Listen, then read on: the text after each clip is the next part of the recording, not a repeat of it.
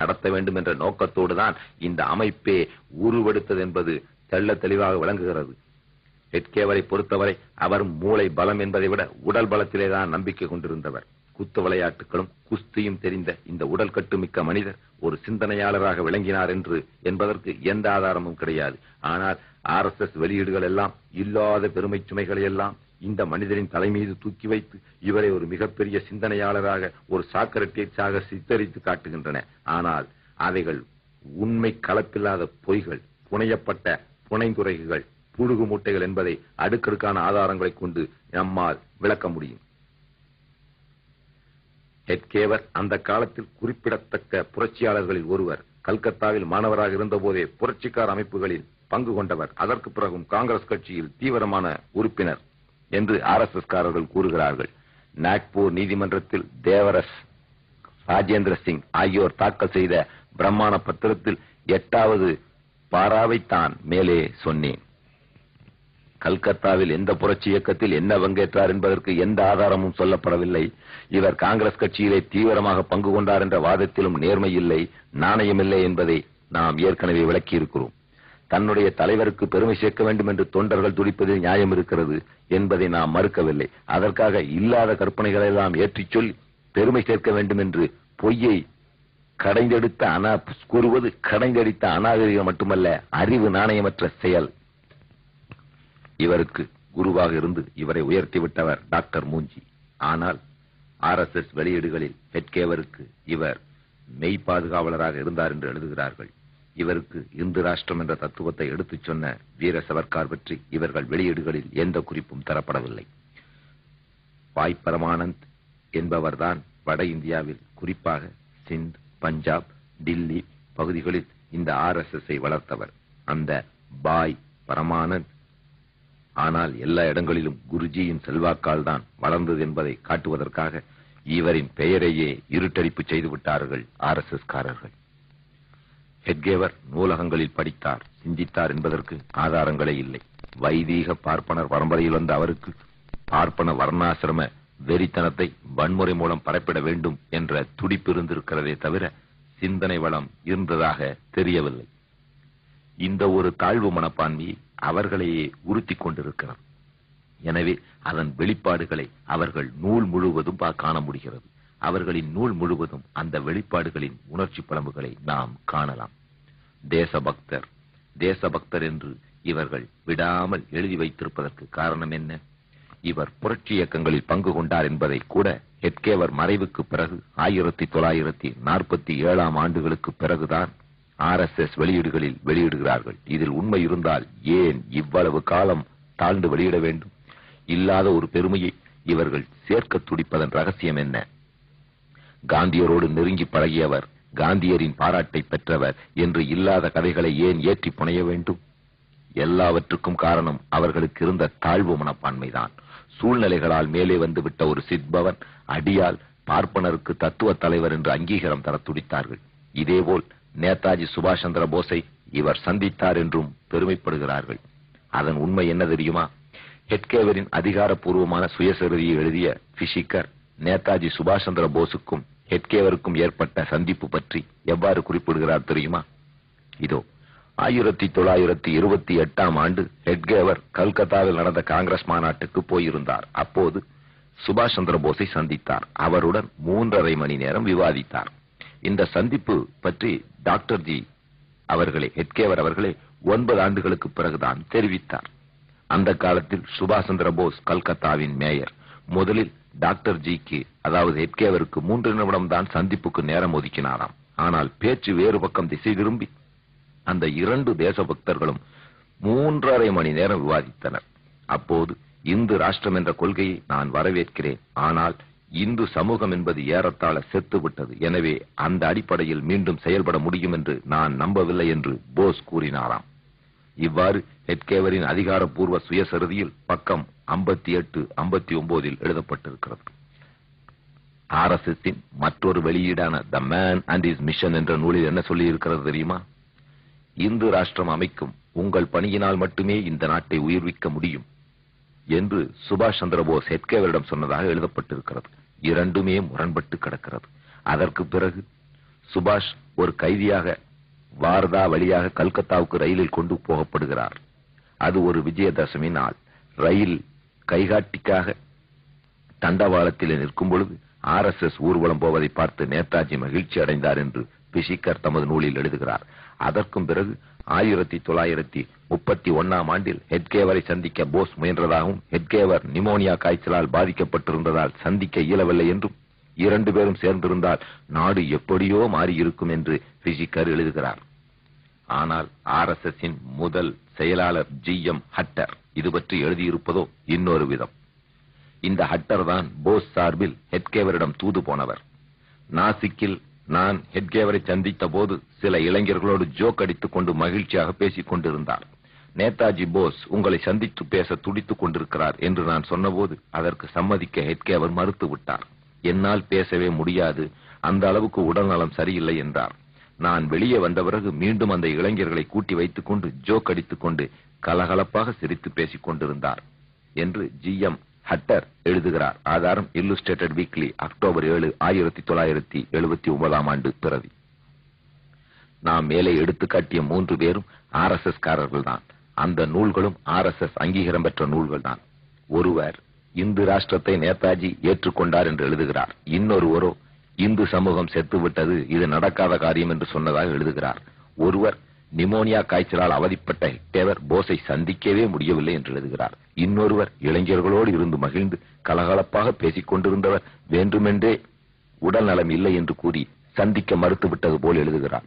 ஹெட்கேவரே தாம் நேதாஜியை சந்தித்த செய்தியை 9 ஆண்டுகளுக்கு பிறகுதான் வெளிப்படுத்துகிறார். இவ்வளவு குழப்பங்களும் முரண்பாடுகளும் ஏன் குவிந்து கிடக்கின்றன? ஒரு தேசிய தலைவரை சந்தித்த ஒரு நிகழ்ச்சி எவ்வளவு பிரபலப்படுத்தப்பட்டிருக்க வேண்டும்? தாமதப்படுத்தப்பட்டதன் காரணம் என்ன? வரலாற்று உண்மைகள் நூலுக்கு ஒரு விதமாக இப்படியா இருக்க முடியும்? எப்படி இருக்க முடியுமானால் RSS பிரச்சார பீரங்கிகள் தங்கள் கற்பனையை பயன்படுத்தி தங்கள் குருஜிக்கு மரியாதை தேடித்தர போய் அது நூலுக்கு ஒரு விதமாய் முரண்பட்டு கிடக்கிறது என்பதுதானே இதிலிருந்து விளங்கும் உண்மை. TR கோயல் என்ற பிரபல பத்திரிகையாளர் RSS என்ற தனது நூலில் ஹெட்கேவர் அறிவுத்திறன் பற்றி கீழ்கண்டவாறு எழுதுகிறார். ஹெட்கேவரின் சரித்திர அறிவு பள்ளி மாணவனின் சரித்திர அறிவை தாண்டியது இல்லை. சிவாஜியை பற்றிய சரித்திர கதைகள் தான் அவருக்கு தெரியும். ராமசரிதியை தாண்டி அவர் இலக்கிய அறிவு சென்றதில்லை. மிக பெரிய கருத்து விவாதங்களை சிந்தனையாளர்களுடன் நடத்தினார் என்பதற்கு எந்த சான்றும் இல்லை என்று குறிப்பிடுகிறார். பக்கம் 55, 56. RSS ஆரம்பித்தவுடன் இளைஞர்களை இதற்கு இழுக்க வேண்டும் என்பதுதான் ஹெட்கேவரின் நோக்கமாக இருந்தது. குறிப்பாக பள்ளிக்கூடம் போகும் 12 முதல் 15 வயது பையன்களாகவே சேர்த்தார். அதிலே சேர்க்கப்பட்டவர்கள் பெரும்பாலும் பார்ப்பனர்கள் தான். குறுகிய காலத்திலேயே உடல் பயிற்சிகள் துவங்கப்பட்டன. உடல் பயிற்சி நடத்துவதற்கான இடமும் தேர்ந்தெடுக்கப்பட்டது.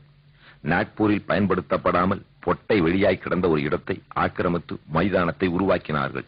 அந்த இடத்திலேதான் RSS அமைப்பின் இன்றைய தலைமை அலுவலகம் இயங்கிக் கொண்டிருக்கிறது.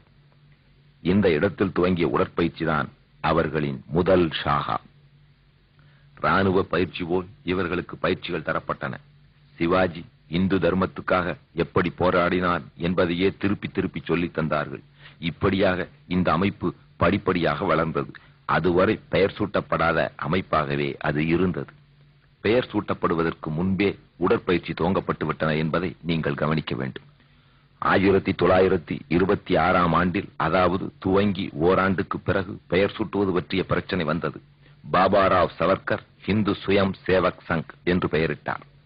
1921 ஆண்டு அகமதாபாத் காங்கிரஸ் மாநாட்டிலே இந்த பெயரில் ஒரு அமைப்பு துவங்கப்பட்டது. அதே பெயரை சூட்டலாம் என்று சவர்கார் கூற ஹெட்கேவர் அதை மறுத்து ராஷ்டிரிய சுயம் சேவக் சங் RSS என்ற பெயரை சூட்டுகிறார். ஒரு ராம நவமி தினத்தில் தான் இந்த பெயர் சூட்டல் நடந்தது. இந்தியிலும் மராத்திய மொழியிலும் ஒரு பிரார்த்தனை பாடல்களை தயாரிக்கிறார்கள். ஒவ்வொரு ஷாகா முடிவின் போதும் இதை பாட வேண்டும். ராஷ்டிர குரு சாம்ராட் ராம்தாஸ் கி ஜே, பாரத மாதா கி ஜே என்று அந்த பாடல்கள் முடிவடையும். சாம்ராட் ராம்தாஸ் என்பவர் சிவாஜியின் பார்ப்பன குரு, சத்ரபதி சிவாஜியின் பார்ப்பன குரு. அவர்கள் தயாரித்திருந்த கொடி சிவாஜி பயன்படுத்திய கொடி. அவர்கள் குருவாக கொண்டது சிவாஜியை. இந்த அணியில் சேர்க்கப்பட்டவர்கள் எல்லாம் பார்ப்பனர்கள் தான். எனவே பிரிட்டிஷாரிடமிருந்து மீண்டும் மராட்டிய பேஷ்வா பார்ப்பனர்கள் ஆட்சியை கைப்பற்றும் நோக்கத்திலே இந்த அமைப்பு துவங்கப்பட்ட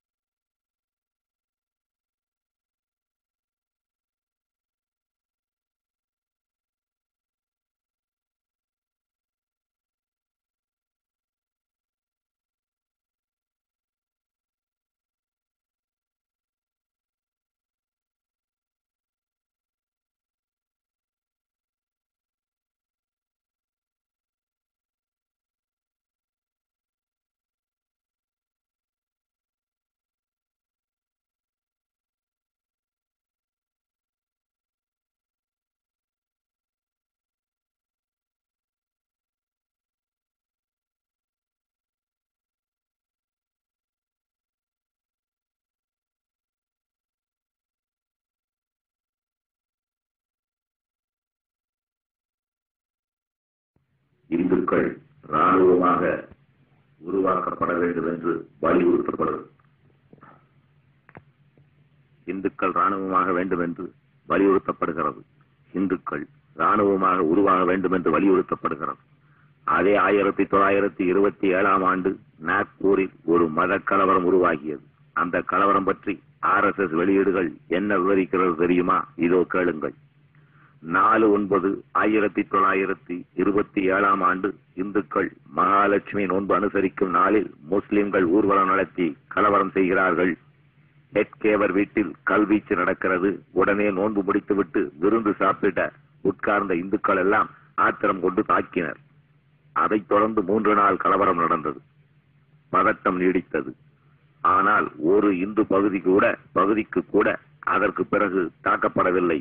இந்து சமூகம் தனது ஒற்றுமையை காட்டியது, தனது ராணுவ சக்தியை வெளிப்படுத்தியது, இந்துக்களுக்கு தன்னம்பிக்கை வந்துவிட்டது என்று அவர்கள் அந்த கலவரம் பற்றி வெளியீடுகளை வெளியிட்டார்கள் என்று வன்முறைக்கு பச்சையாக தூபம் போட்டு RSS வெளியீடுகள் கலவரத்தை விவரிக்கின்றன.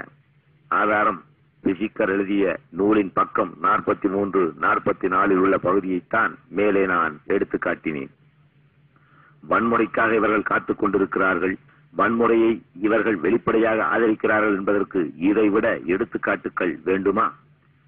இந்த அமைப்பை கருக்கொண்டு உருவாகி வளர்ந்து ஒவ்வொரு நிலையிலும் வன்முறையை அடிப்படையாக கொண்டே இருந்திருக்கிறது என்பதைத்தான் இந்த வரலாறுகள் தெளிவாக சுட்டிக்காட்டுகின்றன. நாக்பூரிலே கலவரம் வெற்றிகரமாக முடிந்ததை தொடர்ந்து தங்களுடைய அமைப்பை பலப்படுத்திக் கொள்ளும் முயற்சிகளை துவங்கினார்கள். நாக்பூர் கலவரம் ஹெட்கேவருக்கு மிகவும் உற்சாகத்தை தந்தது. அவரது இந்து ராஷ்டிர கனவுகள் அதிகரித்தன. இந்தியா முழுவதிலும் இந்த கலவர முறையின் மூலம் தங்கள் அமைப்பை உருவாக்கலாம் என்ற ஆசை எழுந்தது. முக்கிய புள்ளிகளை வலைவீசி இழுக்க திட்டங்கள் தீட்டப்பட்டன. அமைப்பை எப்படி உருவாக்கி செல்லலாம் என்று சிந்தித்தார்கள். ஒவ்வொரு சுய சேவகர்களும் உறுதிமொழி எடுக்க வேண்டும் என்ற முறை இந்த காலகட்டத்திலேதான் உருவானது. இதற்காக ஒரு சடங்கையே நடத்த திட்டமிட்டார்கள். சிந்திக்க முடியாத பருவத்தில் இருக்கும் பள்ளி மாணவர்களை இழுத்து அவர்களுக்கு இந்து மத போதையை ஏற்றி அந்த போதையிலே மூழ்கி இருக்க செய்வதென்பது இவர்களின் திட்டம்.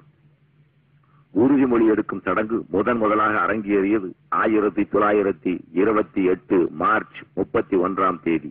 அதுவும் நாக்பூரை விட்டு 4 மைல் தொலைவிற்கு அப்பால் இந்த ரகசிய நிகழ்ச்சிக்கு ஏற்பாடு செய்யப்பட்டது. எனது ஆரிய நாடே உன்னை வணங்குகிறேன் என்று மராத்தி, இந்தி மொழியில் உறுதிமொழி சடங்கு முடிந்தவுடன் ஹெட்கேவர் உணர்ச்சிகளை தூண்டிவிட்டு தூபம் போட்டார். வாழ்க்கையையே தியாகம் செய்யலாம், ஆனால் பாதிக்கப்பட்ட உலத்தை ஏமாற்றிவிடக் கூடாது. இதுதான் துளசி ராமாயணத்தில் ராமனின் அறிவுரை என்று கூறி எடுத்த உறுதிமொழியை மீறக்கூடாது என்பதற்கு புராணங்களிலிருந்தும் சரித்திரங்களிலிருந்தும் கதைகளை எடுத்துக்காட்டி பேசினார். அதைத் தொடர்ந்து முதலாக கோடைகால பயிற்சி முகாம் ஒன்றை நடத்துகிறார்கள். இதுவும் நாக்பூரில் நடத்தப்படாமல் ஊருக்கு பல மைல் தூரத்திற்கு வெளியே அம்பஜாஹரி என்ற இடத்தில் நடத்தப்படுகிறது. இந்த முயற்சிகள் எல்லாம் சுயம் சேவக்குகளை ஹெட்கேவருடன் மிகவும் நெருக்கமாக்குகிறது.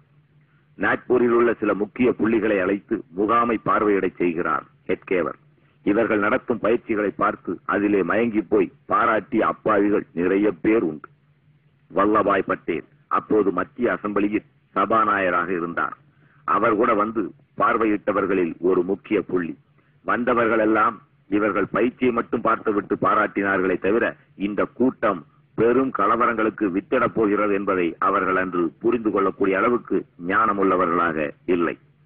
அமைப்பின் மீது ஒரு நல்ல எண்ணத்தை உருவாக்கி கொள்ள வேண்டும் என்ற மோசடி திட்டத்துக்கு இந்த பயிற்சி முகாம்களும் அவர்களுக்கு பயன்பட்டன.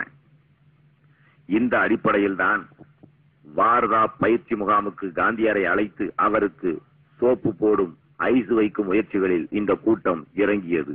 ஆனால் காந்தியர் ஏமாறவில்லை, வெடித்துக் கொண்டு விட்டார். இது பற்றி காந்தியர் தெரிவித்த கருத்தை நான் ஏற்கனவே விளக்கியிருக்கிறேன். இந்த பின்னணியில் ஒரு நிகழ்ச்சியை சுட்டிக்காட்டுவது மிகவும் பொருத்தமாக இருக்கும் என்று கருதுகிறேன். 1979ஆம் ஆண்டு பிப்ரவரி மாதம் கடைசி வாரத்தில் டெல்லியில் நடந்த ஒரு நிகழ்ச்சி. டெல்லி தலைமை நிர்வாக கவுன்சிலராக இருந்த கேதார்நாத் சாஹ்னி பல முக்கிய ஜனதா கட்சி அமைச்சர்களுக்கு தலைவர்களுக்கு அழைப்புதல் கடிதங்களை அனுப்பினார். டில்லியில் நடக்கும் RSS ஆண்டு விழா பயிற்சியை நேரில் பார்வையிட விடுக்கப்பட்டிருந்த அழைப்புதான் அது.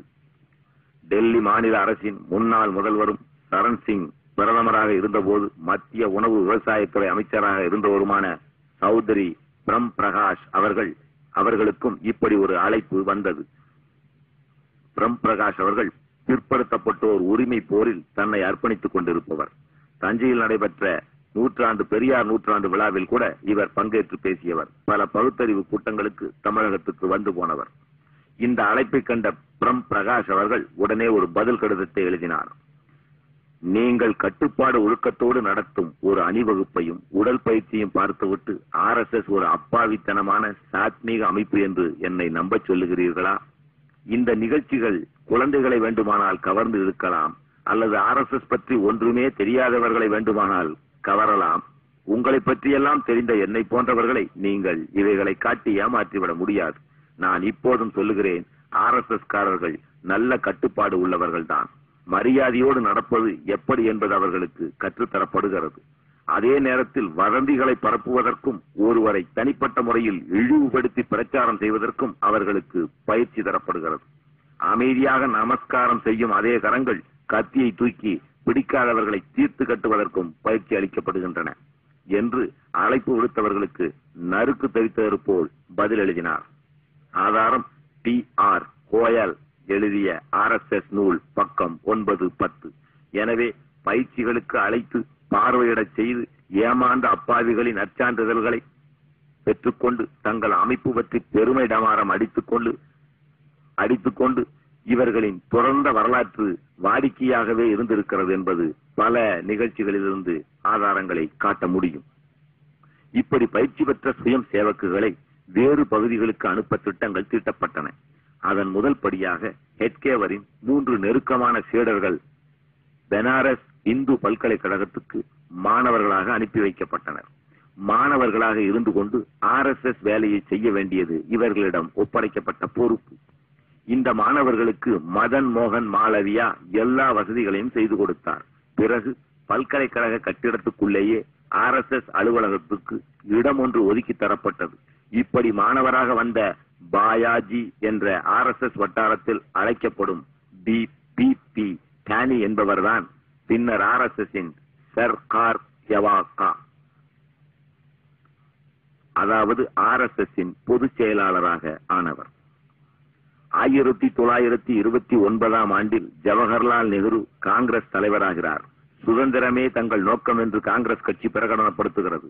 உலகின் பல்வேறு நாடுகளில் சுதந்திரத்திற்காக நடக்கும் போராட்டங்களை விவரித்து ஜவஹர்லால் நேரு ஆற்றிய உரை காங்கிரசாரிடையே மிகுந்த நம்பிக்கையும் எழுச்சியையும் அன்று உண்டாக்குகிறது. ஆனால் ஹெட்கேவர் இதை பற்றியெல்லாம் அக்கறை காட்டவே இல்லை. RSS அமைப்புக்கு ஒரு வடிவம் கொடுக்கும் முயற்சிகளை தீவிரமாக ஹெட்கேவர் ஈடுபடுகிறார். அப்போது முன்னணி தலைவர்களிடமே கருத்து மாறுபாடுகள் உருவாகின்றன. அந்த நேரத்தில் RSS காரர்களுக்கு உடல் பயிற்சி திட்டத்தை வகுத்து கொடுத்த அண்ணா சோஹோனி RSSிலிருந்து தன்னை விலக்கிக் கொள்ளுகிறார். நவம்பர் மாதம் 9-10 தேதிகளில் RSS ஊழியர்களின் கூட்டம் ஒன்றை கூட்டுகின்றார்கள்.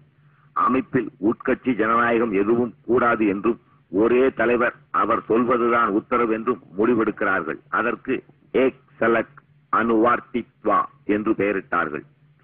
ஒரே தலைவரை பின்பற்று என்று இதற்கு பெயர். நேரு காங்கிரசின் தலைமைக்கு பதவிக்கு வந்த பிறகு அவரது மேற்கத்திய கல்வி அவரை மதவெறி பாதையில் சிக்கவிடவில்லை. நேருவை இந்து மத வெறி பாதையில் செலுத்திட வேண்டும் என்ற நோக்கத்தில் RSS காரர்கள் பல காங்கிரஸ் கட்சிக்குள் ஊடுருவி நேருவுக்கு நெருக்கடிகளை உண்டாக்க முற்பட்டனர். இந்து மதவாதிகளை மட்டுமே திரட்டி போராடி பிரிட்டிஷாரிடமிருந்து இந்து ராஷ்டிர விடுதலையை பெற வேண்டும் என்ற மதவெறி பிற்போக்குத்தனத்தை ஜவஹர்லால் நேரு ஏற்கவில்லை. எனவே முதலில் நேருவின் சுதந்திர பிரகடனத்தை அலட்சியப்படுத்திய ஹெட்கேவர் பிறகு நேருவின் பாதையை திசை திருப்பிவிடும் முயற்சிகளில் ஈடுபட்டார். காந்தியாரை அவரது பாதையிலிருந்து தங்களின் பாதைக்கு கொண்டு வருவதில் ஓரளவு வெற்றி பெற்று விட்டதாக அவர்கள் கருதினார்கள். அதே ஊடுருவலை இப்பொழுதும் அதே முயற்சியை இப்போதும் செய்ய திட்டம் தீட்டினார்கள். 1930 ஜனவரி மாதம் 26 தேதியை சுதந்திர நாளாக கொண்டாடுமாறு காங்கிரஸ் கட்சி அறிவிக்கிறது. அந்த வாய்ப்பை பயன்படுத்திக் கொள்ள ஹெட்கேவர் திட்டமிட்டார். RSS அமைப்புகளுக்கு எழுத்து மூலம் ஒரு சுற்றறிக்கை அனுப்பப்படுகிறது. இந்திய தேசிய காங்கிரஸ் நமது சுதந்திர கோரிக்கையை ஏற்றுக்கொண்டிருப்பது நமக்கு மகிழ்ச்சி. இந்த சுதந்திர கோரிக்கையை வலியுறுத்தும் எந்த அமைப்பாக இருந்தாலும் அதற்கு ஒத்துழைப்பு தருவதே நமது கடமை என்று அந்த சுற்றறிக்கை கூறியது. எனவே 26/1/1930 RSS காரர்கள் ஊர்வலம் நடத்தி பக்வா ஜந்தா என்ற அவர்களின் தேசிய கொடிக்கு வணக்கம் செலுத்துகின்றனர். இது பற்றி TR கோயால் தனது RSS என்ற நூலில் கீழ்கண்டவாறு சொல்லுகிறார். RSS சுற்றறிக்கையை ஹெட்கேவரின் உள்நோக்கத்தை புலப்படுத்துகிறது. சுதந்திரம் பெற வேண்டும் என்பதை காங்கிரஸ் ஏற்றுக்கொண்டிருப்பதே RSSக்கு கிடைத்த வெற்றி என்று தனது தொண்டர்கள் நம்ப வேண்டும் என்று ஹெட்கேவர் விரும்பினார். பொதுவாக எழுத்து மூலம் சுற்றறிக்கை அனுப்பும் வழக்கம் RSS அமைப்பில் இந்த காலத்தில் கூட இன்னும் கிடையாது. அந்த ஆரம்ப காலத்தை பற்றி சொல்லவா வேண்டும்? எனவே எழுத்து மூலம் அவர்கள் சுற்றறிக்கையை அனுப்பியது வேண்டுமென்றே திட்டமிடப்பட்டு செய்யப்பட்ட ஒரு ஏற்பாடு. பொதுமக்கள் மத்தியில் தங்கள் அமைப்பு பற்றி ஏற்பட்டுள்ள சந்தேகத்தை போக்க வேண்டும் என்ற நோக்கத்தோடு தங்களுக்கு தேசபக்தி இருக்கிறது என்பதை காட்டிக்கொள்ளவே அவ்வாறு செய்தனர். ஆனால் RSS வலியுறுத்திய இந்து ராஷ்டிர விடுதலையைத்தான் அந்த நிகழ்ச்சியிலும் வலியுறுத்தி பேசினார்கள். அவர்கள் தேசிய கொடியாக மதிப்பது மூவர்ண கொடியை அல்ல, அவர்களுடைய பக்வா ஜந்தா கொடியைத்தான். அந்த சந்தர்ப்பத்தை பயன்படுத்திக் கொண்டு தங்களின் இந்து ராஷ்டிர கொள்கையைத்தான் அவர்கள் பரப்பினார்கள். அதற்கு பிறகு அந்த ஜனவரி 26 தேதியை தவிர எந்த ஆண்டிலும் அந்த நாளை அவர்கள் சுதந்திர நாளாக கொண்டாடவில்லை என்பதை கவனித்து பாருங்கள். ஆனால் காங்கிரசார் ஒவ்வொரு ஆண்டும் நிரந்தரமாக கொண்டாடி வருகின்றனர். இதிலிருந்தே RSS காரர்களின் நோக்கத்தை புரிந்து கொள்ளலாம் என்று எழுதுகிறார் TR கோயால் நமது RSS நூலின் பக்கம் 68-69. அன்று மட்டுமல்ல, இன்றைக்கும் RSS காரர்கள் மிகப்பெரிய தேசபக்தர்கள் என்ற முத்திரையை குத்தி பார்ப்பனர்கள் அவர்களை தூக்கி நிறுத்தும் முயற்சிகளில் ஈடுபடுகிறார்கள். குறிப்பாக தமிழ்நாட்டு பத்திரிகை பார்ப்பனர்கள் இந்த தேசபக்தியை காட்டித்தான் RSS காரர்களுக்கு புகழ் மாலை சூட்டிக் கொண்டிருக்கிறார்கள். அந்த வாதத்திலும் கூட உண்மை இல்லை என உடைத்து காட்டுவதற்காகத்தான் இந்த வரலாற்று பின்னணிகளை இங்கே நாம் விரிவாக எடுத்து வைக்கின்றோம். காந்தியர் ஒத்துழையாமை இயக்கத்தின் 2வது கட்டமாக 1930 உப்பு சத்தியாகிரகத்தை தொடங்குகிறார். RSS காரர்களின் நிலை என்ன? இது பற்றி TP மிஸ்ரா தனது சுயசரிதியான லிவிங் ஆன் ஈரா என்ற நூலில் முதல் அத்தியாயம் பக்கம் 164 பக்கத்தில் கீழ்கண்டவாறு எழுதுகிறார். 1930 சத்தியாகிரக போராட்டம் RSS காரர்களை மிகவும் இக்கட்டான நிலைமைக்கு தள்ளியது. நாக்பூர், பேரார் ஆகிய இடங்களில் இதற்கு மக்கள் காட்டிய ஆதரவை பார்த்த அவர்கள் வெளிப்படையாக எதிர்க்க முடியாமல் திணறினர். மூஞ்சி இந்த இயக்கத்தில் பங்கேற்றார் என்றாலும் அதற்காக என்னுடைய கொள்கையை நான் விட்டுவிடவில்லை என்று அறிவித்துவிட்டுத்தான் கலந்து கொண்டார் என்று TP மிஸ்ரா எழுதியிருக்கிறார். அதே நேரத்தில் இந்து மகா சபைக்கும் RSSக்கும் மிக நெருக்கமான தொடர்பு இருந்தது. காந்தியரை கொலை செய்த கோட்சே இந்து மகா சபைக்காரர் என்றவுடன் தங்களுக்கும் அந்த அமைப்புக்கும் சம்பந்தம் கிடையாது என்று சத்தியம் செய்து கொண்டிருக்கும் கூட்டம்தான் இந்த RSS. ஆனால் 2 பேருக்கும் சம்பந்தம் இருப்பதை நாங்கள் இப்பொழுது சொல்வதை கேளுங்கள். இதுவரை நாம் மேலே விவரித்த நிகழ்ச்சிகள் நடக்கும் காலகட்டத்தில் எல்லாம் ஹெட்கேவர் இந்த இந்து மகா சபையின் செயலாளர் பதவியிலும் தொடர்ந்து கொண்டிருக்கிறார். அதாவது RSS துவக்கப்பட்டு அதன் ஏகோபித்த தலைவராக அவர் ஆன பிறகும் கூட ஹெட்கேவர் இந்து மகா சபையின் செயலாளராகவே இருந்து வந்திருக்கிறார். இந்து மகா சபை தலைவர்கள் RSS ஷாகாக்களில் அழைக்கப்பட்டு அரசியல் நிலவரங்கள் பற்றி பேச வைக்கப்பட்டனர். 1931 ஆகஸ்ட் மாதம் அகோலாவில் இந்து மகா சபை மாநாடு ஒன்று நடந்தது. அந்த மாநாட்டை முன்னின்று நடத்தியவர்களே RSS காரர்கள் தான். இந்து மகா சபை மாநாட்டு தலைவர்கள் ஊர்வலமாக அழைத்து வரப்பட்ட போது ஆத்திரமடைந்த பொதுமக்கள் கல்வீசி தாக்க ஆரம்பித்தனர். அப்போது அந்த தலைவரின் உயிரை காப்பாற்றியவர்கள் RSS காரர்கள் தான். 1931 பாபாராவ் சவர்கார் நடத்தி வந்த தாருன் இந்து சபா என்ற அமைப்பு RSSோடு இணைந்தது.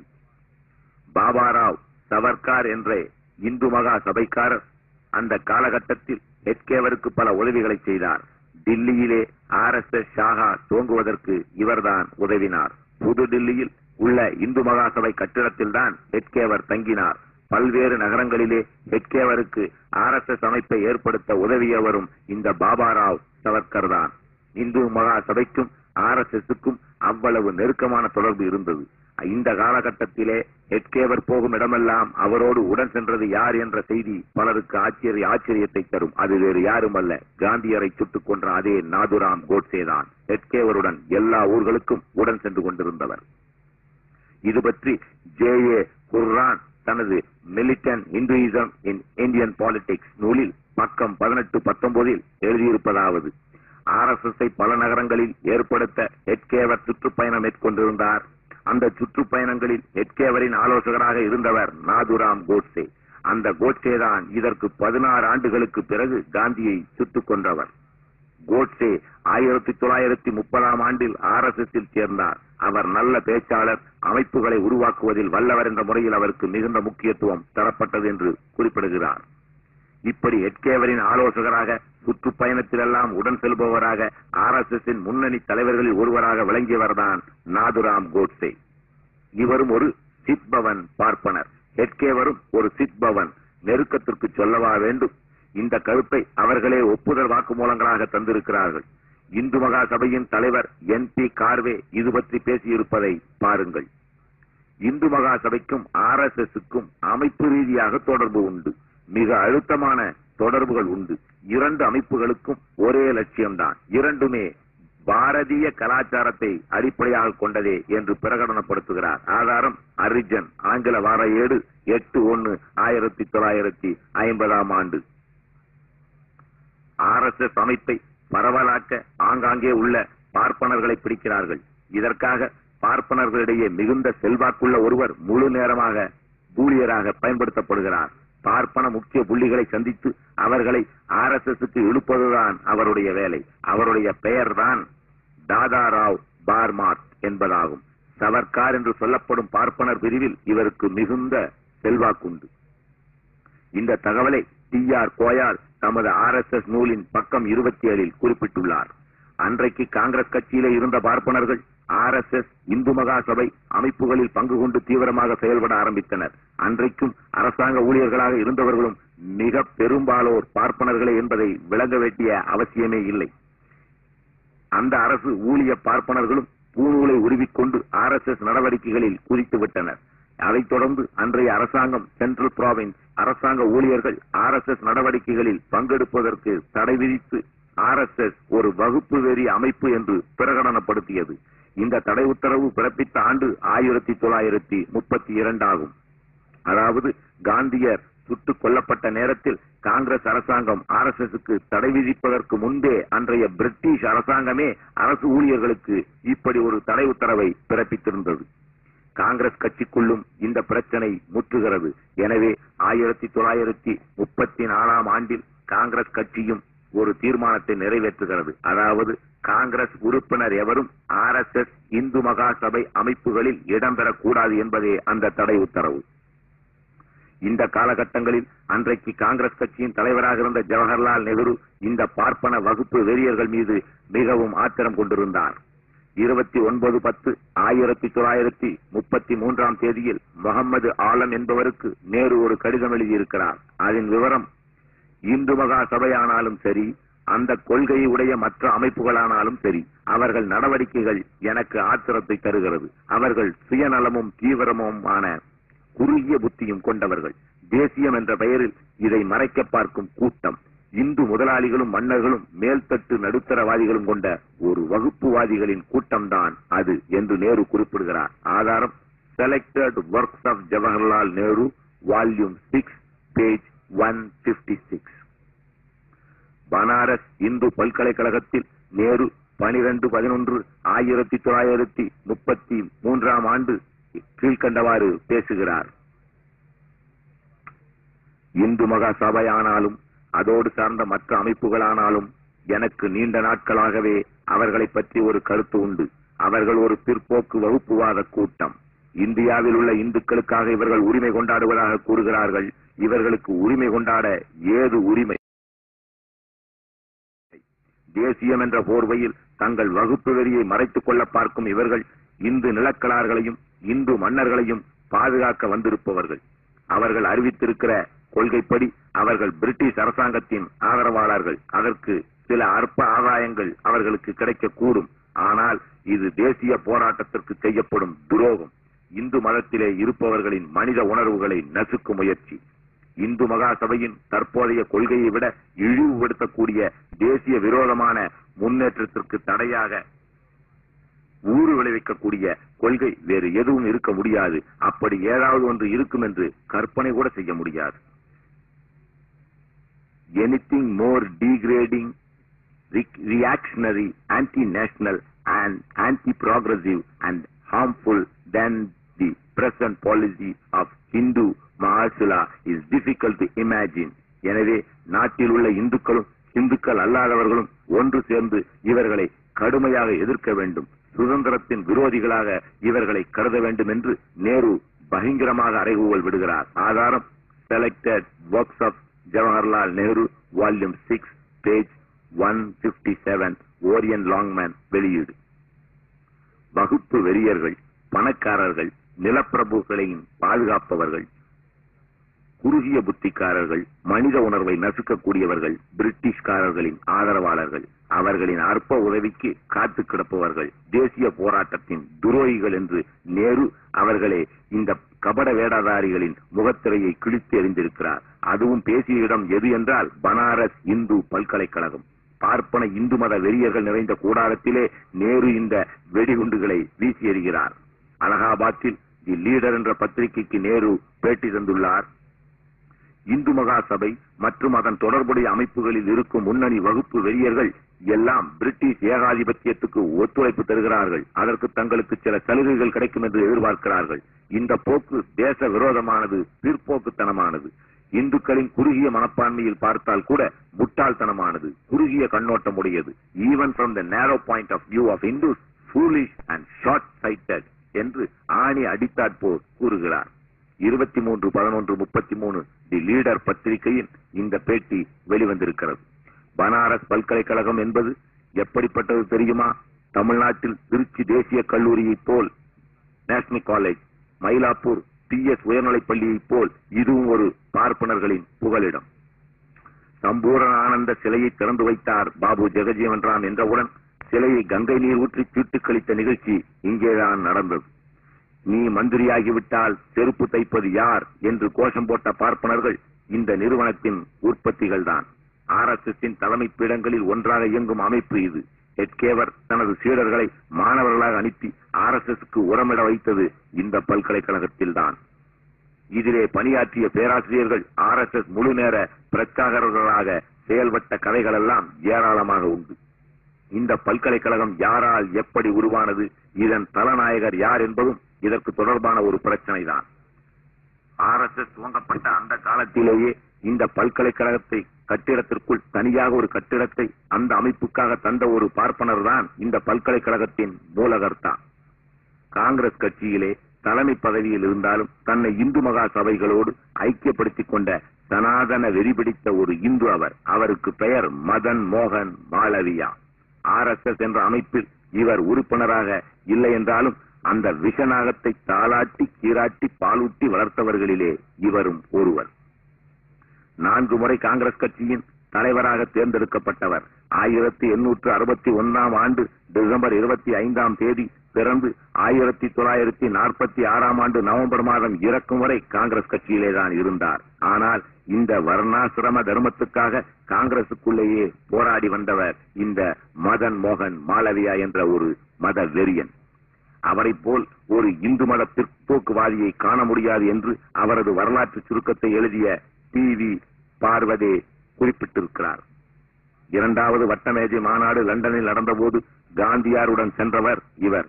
ஆனால் சனாதன இந்து கடலை தாண்டக்கூடாது என்ற சாத்திரத்தில் நம்பிக்கை கொண்ட இந்த பார்ப்பன மதவெறியர் அப்போது என்ன செய்தார் தெரியுமா? போகும்போதே கங்கா ஜலத்தையும் உடன் எடுத்துச் சென்றார். தான் மட்டுமல்ல, தன்னுடன் வந்த காந்தியரையும் அதே தண்ணீரை தான் குடிக்க வேண்டும் என்று கட்டாயப்படுத்தினார். லண்டனுக்கு போயும் மிலேச்சர் சமைத்த சாப்பாட்டை சாப்பிட்டு விடாமல் தானே சமைத்து சாப்பிட்டார். பழங்களையும் வேர்க்கடலையுமே சாப்பிட்டாரே தவிர மற்ற உணவுகளை இவர் சாப்பிடுவது இந்து தர்மத்துக்கு விரோதம் என்று ஒதுக்கி தள்ளினார். இலங்கை உலக இந்து மத மாநாட்டுக்கு அழைப்பு வந்தபோது கடல் தாண்டுவது சாஸ்திரத்துக்கு விரோதம் என்று அறிவித்தவர் காஞ்சிபுரம் RSS காரர் ஜூனியர் சங்கராச்சாரியார் என்பதையும் இந்த இடத்தில் நீங்கள் நினைவு கொள்ள வேண்டும். லண்டன் மாநாட்டில் பங்கு கொண்டு திரும்பிய பிறகு அந்த சீட்டை கழிக்க பிராயசித்த சடங்குகளை நடத்திய பெருமை இந்த மதன் மோகன் மாளவியாவுக்கு உண்டு. பால்ய விவாக தடை சட்டம் வந்தபோது அதை கடுமையாக எதிர்த்தவர், இந்து தர்மத்திற்கு எதிரானது என்று குரல் கொடுத்தவர். ஆனால் தனது வீட்டு பிள்ளைகளுக்கு மட்டும் பால்ய விவாகம் செய்யாதவர் இந்து மகாசபையின் முன்னோடி. பனாரஸ் இந்து பல்கலைக்கழகத்தை உருவாக்கியவர் இந்த சனாதன பாதுகாவலர் தான். அன்றைய ராஜாக்களிடம் உயர் அதிகாரிகளிடமும் கோடிக்கணக்கான ரூபாயை நன்கொடையாக பெற்று பிரிட்டிஷாரின் ஆதரவை பெற்று அதை பார்ப்பனர்களின் பல்கலைக்கழகமாக அமைத்து தனது இனத்துக்கு சேவை செய்தவர். இந்து தர்மமும் சமஸ்கிருதமும் காக்கப்பட வேண்டும் என்பது இந்த பல்கலைக்கழகத்தின் முக்கிய நோக்கமாகும். அவரே அதன் துணைவேந்தராக பல ஆண்டு காலம் இருந்து வந்தார். இந்த மதன் மோகன் மாளவியாதான் அன்றைக்கு RSS ஆதரவாளர்களில் ஒருவர். அந்த பல்கலைக்கழகத்தில் தான் இந்து மத வெறித்தனத்துக்கு எதிராக போர்ச்சங்கு ஊதினார் நேரு. இந்த பல்கலைக்கழகத்தில் ஒரு போராட்டமே நடந்தது. அப்போராட்டத்தை முன்னின்று நடத்தியவர் யார் தெரியுமா? அன்றைக்கு சோசியலிஸ்ட் கட்சியில் இருந்த ராஜ்நாராயணன். அந்த பிரச்சனையை இதோ ராஜ்நாராயணனே விளக்குகிறார், கேளுங்கள். 1964-67 ஆண்டில் RSS காரர்களுக்கு எதிராக நாங்கள் சோசியலிஸ்ட் கட்சியைச் சேர்ந்தவர்கள் நடத்திய போராட்டம் தீவிரமடைந்தது. உதாரணத்திற்கு BHS என்று அழைக்கப்படும் பனாரஸ் இந்து பல்கலைக்கழகம் நடத்திய ஒரு போராட்டத்தை சொல்லுகிறேன். இந்த பல்கலைக்கழகம் ஆங்கிலத்தில் BHS என்றே அழைக்கப்பட்டது. அதே நேரத்தில் காசி விஸ்வவித்யாலயா என்று சமஸ்கிருதத்திலும் அழைத்து வந்தார்கள். மதன் மோகன் மாளவியா இந்த சமஸ்கிருத பெயரை தொடர வேண்டும் என்று விரும்பினார். இந்த பல்கலைக்கழகத்துக்கு அனுமதி வழங்கியது பிரிட்டிஷ் அரசாங்கம். பின்னர் மாளவியா சமஸ்கிருத பெயர் மட்டுமே இருக்க வேண்டும், ஆங்கிலேயர்கள் வெளியேறிவிட்டதால் ஆங்கில பெயர் எடுபட்டு விட்டது என்றார். உடனே RSS காரர்கள் காசி விஸ்வ வித்யாலயா என்ற பெயரோடு இந்து என்ற சொல்லையும் சேர்க்க முயற்சித்தனர். இதை நான் எதிர்த்தேன். பழைய ரிக்கார்டுகளில் எல்லாம் காசி விஸ்வ வித்யாலயா என்று மட்டுமே இருப்பதை ஆதாரங்களோடு சுட்டிக்காட்டினேன். துணைவேந்தர் ஆதரவோடு RSS அலுவலமாக மாறி பல முறைகேடுகள் அங்கே நடந்தன. பல்கலைக்கழகம் என்பது கல்வியின் உறைவிடம். அங்கே இந்து மதத்துக்கு இடமில்லை. லோகியாவும் எனது கருத்தை ஏற்றுக்கொண்டார். உடனே அப்போதைய குடியரசுத் தலைவர் டாக்டர் ஜாகிர் ஹுசேனுக்கு ஒரு கோரிக்கை மனுவை அனுப்பினோம். அந்த பல்கலைக்கழகத்தின் துணைவேந்தர் RSS காரர்களோடு சேர்ந்து கொண்டு வெறியாட்டம் போடுகிறார் என்று அந்த மனுவில் குற்றம் சாட்டியிருந்தோம். பல்கலைக்கழக கட்டிடத்துக்குள்ளே RSS ஷாகாக்கள் நடத்தப்பட்டன. உடனே இந்த குற்றச்சாட்டுகள் பற்றி விசாரிக்க கஜேந்திர கட்கர் தலைமையில் ஒரு விசாரணை கமிஷன் நியமிக்கப்பட்டது. நாங்கள் சொன்ன குற்றச்சாட்டுகள் எல்லாம் உண்மையே என்று கமிஷன் தீர்ப்பளித்தது. துணைவேந்தர் ஜோஷியை மாற்ற வேண்டும் என்று கமிஷன் சிபாரிசு செய்தது. பிறகு அந்த துணைவேந்தர் மாற்றப்பட்டார். RSS காரர்கள் மிகவும் ஆபத்தானவர்கள். நான் எப்போதுமே அவர்களிடம் எச்சரிக்கையோடு இருப்பேன். அவர்கள் இந்து ராஷ்டிரம் என்று பற்றி பேசுவார்கள். ஆனால் இந்து என்றால் யார் என்பது அவர்களுக்கு தெரியாது. இந்து என்பதற்கு அவர்களால் முறையான விளக்கம் சொல்ல தெரியாது. இந்திய கலாச்சாரம் என்றாலே என்ன என்பதை அவர்களால் விளக்க முடியாது. தேசிய இனங்களையும் தேசியத்தையும் போட்டு இவர்கள் குழப்பிக் கொள்வார்கள். இரண்டுக்கும் மிக பெரிய வித்தியாசம் உண்டு. ஒரு தேசத்தில் பல இனத்தினர் வாழலாம். தேசம் என்பது வேறு, தேசிய இனம் என்பது வேறு என்று விளக்குகிறார் ராஜ்நாராயணன். ஆதாரம் 26/3/1979 ஆண்டு சண்டே வார இதழுக்கு அவர் அளித்த பேட்டி. மன்னர்களிடமும் செல்வந்தர்களிடமும் அதிகாரிகளிடமும் கோடிக்கணக்கான ரூபாயை திரட்டி அதை பார்ப்பனரின் மடப்பள்ளியாக்கிட முயன்ற மாளவியாக்களின் கதைகளை பாருங்கள். அறிவு உணர்த்த வேண்டிய இடத்தை RSS பிரச்சார மையமாக அவர்கள் மாற்றிய கதையையும் பாருங்கள். இப்படிப்பட்ட சக்தி வாய்ந்த பின்னணிகளை வைத்துக் கொண்டு வட மாநிலங்களில் இந்த கூட்டம் ஆட்டம் போட்டது. ஆனால் உண்மைக்காக போராடக்கூடிய எதிர்ப்பு சக்திகளும் அங்கே இருந்தன. அதனால்தான் விசாரணை கமிஷன்கள் வரும் நிலைமைகளும் வந்தது. 1933 ஆண்டு ஜமன்லால் பஜாஜ் ஹெட்கேவருக்கு ஒரு கடிதம் எழுதுகிறார். அதில் RSS தத்துவம் கொள்கைகளை விளக்குமாறு கேட்கிறார். இதற்கு எட்கேவர் பதில் எழுதுகிறார். அந்த பதில் கடிதத்தில் RSS கொள்கையையும் திட்டங்களையும் எடுத்து விளக்கினாரா என்றால் இல்லை. காரணம், அவர்களிடையே தத்துவ ரீதியான கோட்பாடுகள் எதுவுமே அப்போது கிடையாது. முஸ்லிம்களுக்கு எதிராக கலவரத்தை தூண்டிவிட்டு நடத்துவதும், பார்ப்பன உயர்ஜாதி ஆதிக்கத்தை காப்பாற்ற இந்து ராஷ்டிரம் அமைய வேண்டும் என்பதுமே எங்கள் கொள்கை என்பதை எழுத்துப்பூர்வமாக வடித்துக் கொடுக்க அவர்களால் எப்படி முடியும்? எனவே கொள்கை விளக்கம் கேட்ட ஜமன்லால் பஜாஜுக்கு எட்கேவர் தந்த பதில், என்னை நேரில் வந்து பாருங்கள் என்பதுதான். பஜாஜ் நாக்பூரிலே போய் எட்கேவரை சந்தித்து பேசுகிறார். ஆனாலும் அவர் திருப்தி அடையாமல் திரும்பி இருக்கிறார்.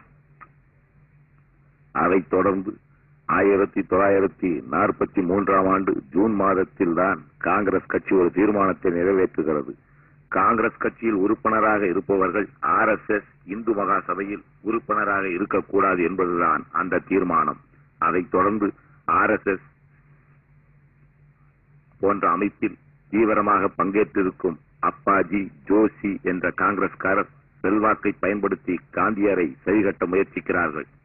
அப்போதுதான் அவர்கள் நடத்திய வாரதா பயிற்சி முகாமுக்கு காந்தியார் அழைக்கப்பட்ட நிகழ்ச்சி நடந்தது.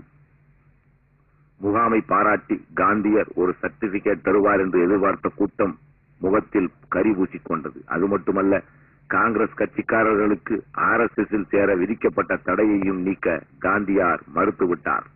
RSS பயிற்சி முகாமை பார்வையிட்ட காந்தியார் அவர்களிடம் நேரடியாக ஒரு கேள்வியை கேட்க தவறவில்லை. இதற்கெல்லாம் உங்களுக்கு